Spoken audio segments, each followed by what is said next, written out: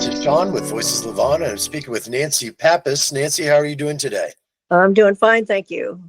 All right, so we're going to be doing a little bit of memories of Jim Beatty, and you also have some political background within your career and knowing Jim. But if you could just give us a little bit about, like, what organizations do you currently assist with, and then bring it back to how you originally got connected to Jim and what you knew about Jim.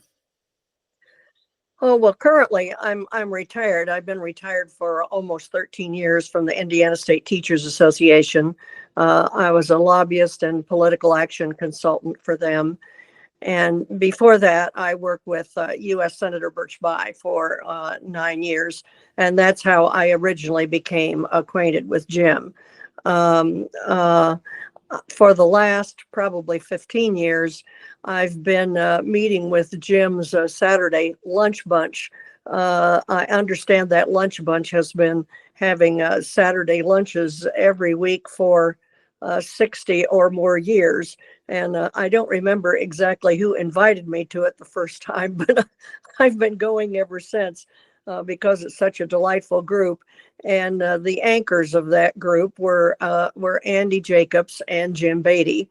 Andy is now gone, and Jim's no longer to get out so easily. So we all go to Jim's home every Saturday and have lunch with Jim and former staff members of Andy's and Andy's wife, and we solve the world's problems.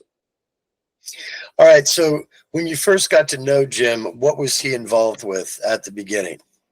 He was the Marion County Democratic chair, and a very close friend of Andy Jacobs, and someone that we work with in the Bayh office. Senator Bayh had county coordinators for each county in the state of Indiana, except for Marion County. And Jim was such an effective county chair. We didn't need somebody to assist the county chair, our own county coordinator, just to take care of the Birch Bayh campaign stuff. Jim said he would take care of Marion County, and he always did. All right, so you've got to know Jim very closely over the years. What are some aspects of his career that really stand out to you of his accomplishments and involvement in politics? Well, I would say more so than those things. The things that stand out to me about Jim are his character. He's I've always valued most of the people in my life and in political context that have brains and spine and heart and courage. And some people have one or the other or a couple of those things. Jim has all of those qualities and immense integrity. So I value all of those qualities about him. He's just a dear soul. And one of the first things I remember knowing about Jim is his advocacy for everybody. A lot of people in political life gravitate to the donors and the people who can do something for them. Jim was always so good about taking care of the people who needed a champion.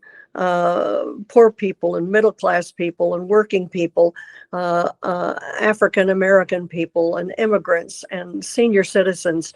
He just did all of that. He was great on environmental things. He was, many years ago, he was part owner of African American radio station when there wasn't any other African American state radio station in the Indianapolis area. So he was always out there on the front lines, just doing so many good things. So as you've been able to spend a lot of time on Saturdays, especially over the past, let's say, 8 years, because of what's been growing because of Trump and just there's been, quite a battle going on.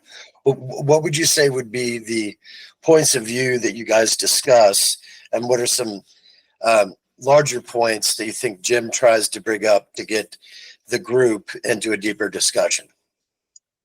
Um, Well, Jim's an attorney by trade, and he's worries about the rule of law and the Constitution and protecting everyone's rights and doing it the right way.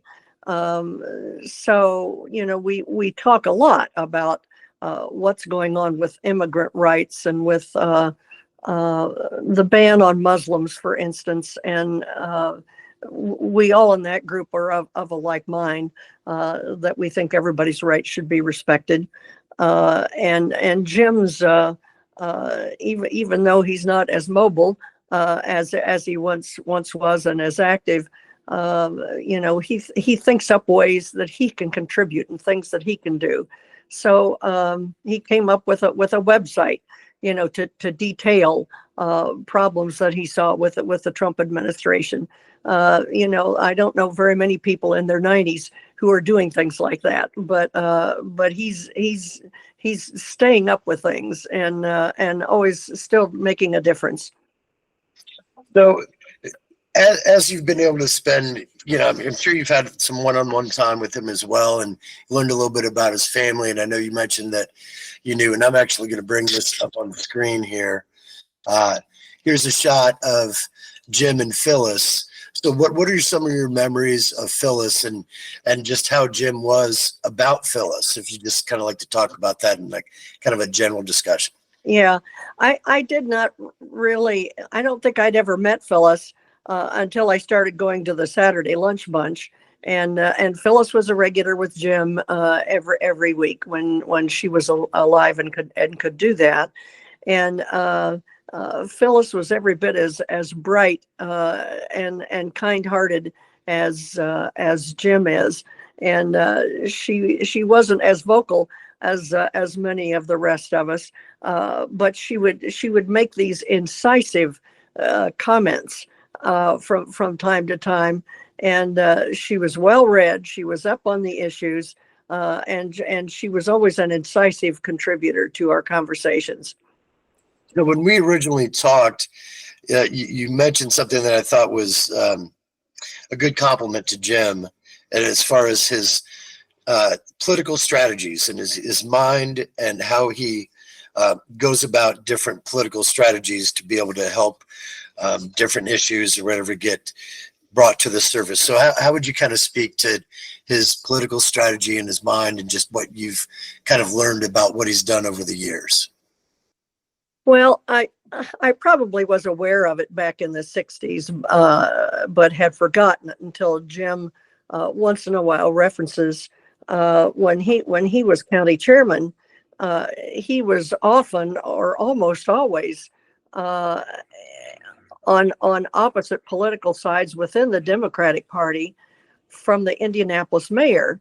And in those days, mayors and the governor were powerhouses because they could employ the precinct committee people and the folks who were very active in the party. And so those people felt indebted to the mayor when it came time to elect the county chair. Jim was friends of Andy, but Andy Jacobs' congressional office didn't have the patronage. The employees whose jobs could be held over them if they didn't vote the right way at county conventions for whoever the county chair was. I'm not sure how he did it. I wasn't involved at that time inside Marion County politics, but somehow or another, I can think of 3 successive Democratic mayors that Jim was on the opposite side of, and Jim just kept getting elected county chairman, in spite of being on the opposite side from these mayors in various considerations. So you'd have to ask him how in the world how he accomplished that, but you had to be a fantastic strategist to accomplish that feat in the state of Indiana. All right, so with current meetings on Saturdays, because of what's been going on since Trump got elected this second term, what are some of the topics that are, at the surface that you're really talking about currently? Um, well, currently, it's a worry about the maintenance of democracy, and what institutions are gonna hold firm to make sure that authoritarianism and frankly dictatorship don't take over our country. We're very worried about the courts. Lower courts are, for the most part, supporting the Constitution, but the Supreme Court has given something of a blank check to the president, who feels he's immune from any wrongdoing, and that's dangerous. Sometimes the Supreme Court has pushed back on the president, but often they have not. So that's probably one of our biggest concerns. We've been very concerned about what Trump's actual ties with Russia are, and why he so fawns over Putin and Russia. There has been some distance put between the two here lately, but Trump, Jim came up with a website that connected dots to explain why he thought that was the case, and he provided documentation on what he thought those ties were. We're very concerned about voting rights, the fundamental rights that protect democracy, like the ability to vote, and the courts upholding laws against corruption of politics and business and government, are just fundamental to the ability of democracy to survive. And we're all very concerned about that. So if you were going to describe Jim, let's say outside of his political views, just as a person, how would you describe Jim? He's just one hell of a human being. He's just a fantastic person. He cares about other people. I love the way he so cared about Phyllis and her declining last year's.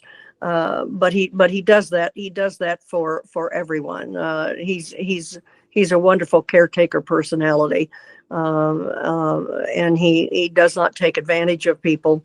And he stands up for people who need a champion, people who don't have the connections, who don't have the money, who don't have the influence that other has. And he stands up for folks who need someone to stand up for them. And have you gotten to know Lynn over the years? Somewhat, yes. So as far as, let's say years from now that the meetings are still going and Jim is still being able to be a part of it, do you think after Jim is gone that the groups will still want to get together and discuss these things? Or do you think that he's the core, and that, I guess the question is, do you think you'll still make an effort to get together with the people? Or is Jim just kind of the core that's what it is and what it's always has been? And well, I think we will continue to get together, but he certainly is our anchor, and has been for these many years, and Andy was as well while he was alive, but in his later years he could not come, and Jim was kind of our central authority, the anchor of it all. But we've made such wonderful friendships that I hope and expect that group will continue. So do you have any specific stories that you could relay about Jim and Andy?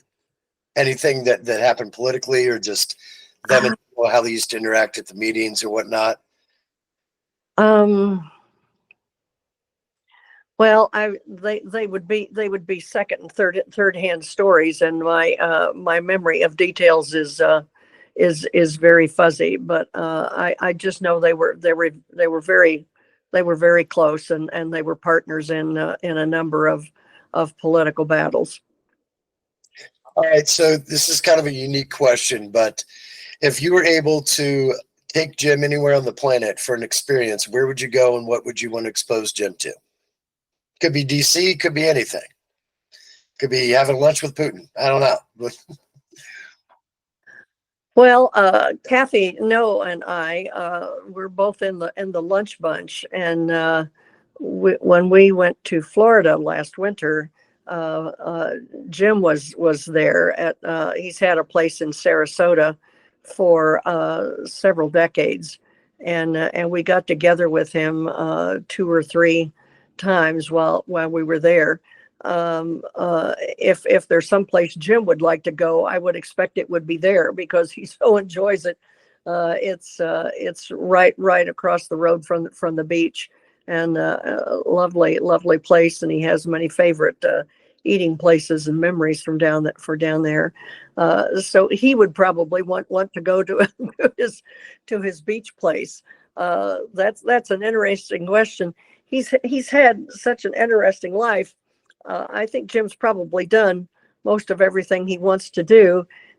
He talks of memorable experiences from time to time. One of which was, and I hope he's told you this story, about when he got to meet Walter Reuther, the national president of the UAW, when Jim was a young man working at International Harvester in Fort Wayne, and he was very impressed with Walter Reuther. And I got to work with Walter Reuther's nephew on the Birch Bayh staff years ago. And so Walter Reuther was always a hero of mine, and Jim really admired him too.